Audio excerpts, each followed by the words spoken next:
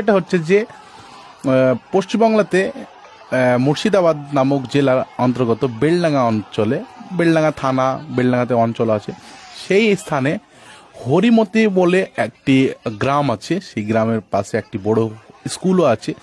তার ঠিক 100 মিটারের মধ্যেই একটি পুজোর আয়োজন করা হয়েছে। এখন বিশেষ করে পশ্চিমবাংলাতে হিন্দু সম্প্রদায়ের কার্তিক পূর্ণিমা, সাধারণত কার্তিক পূর্ণিমা নামে একটি পুজো হচ্ছে। সেই পুজোর উপলক্ষে নাচ গান, প্যান্ডেল, গানের একটা শোরগোল সৃষ্টি করেছে। এখানে আপনাদেরকে দেখায় যে ওরা একটা প্যান্ডেল করছে, যে প্যান্ডেলের গেট আছে, লাইটিং গেট, খুব সুন্দর গেট। কিন্তু আপনারা ভালো করে দেখেন যে ওখানে লেখা থাকে, অনেকের বিয়ে বাড়িতেও এইসব জিনিসগুলো থাকে, ওখানে ওয়েলকাম জানায় বা যে উদ্দেশ্যে এক কথায় প্যান্ডেলটি করা হয় সেই উদ্দেশ্যটাকে তুলে ধরা হয়। কিন্তু এখানে কি লেখা আছে আপনারা ভালো করে দেখেন, যেখানে লেখা আছে মাদার ফাকার এবং লেখা আছে আল্লাহ।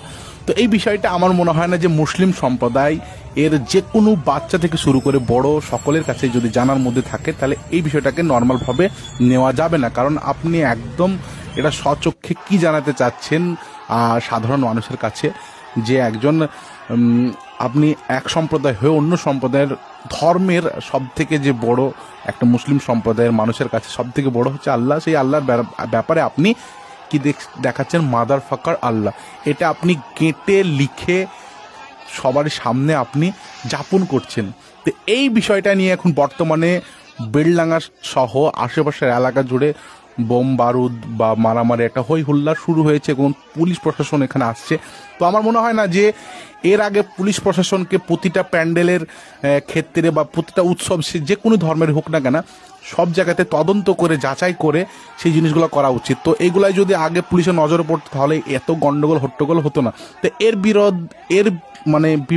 এই ব্যাপারে আইনত কঠোরভাবে শাস্তি আমরা চাইবো, সেটা যে ধর্মের হোক না কেন, আমরা কঠোর শাস্তি চাইবো যারাই এই ধরনের কুকর্ম করেছে।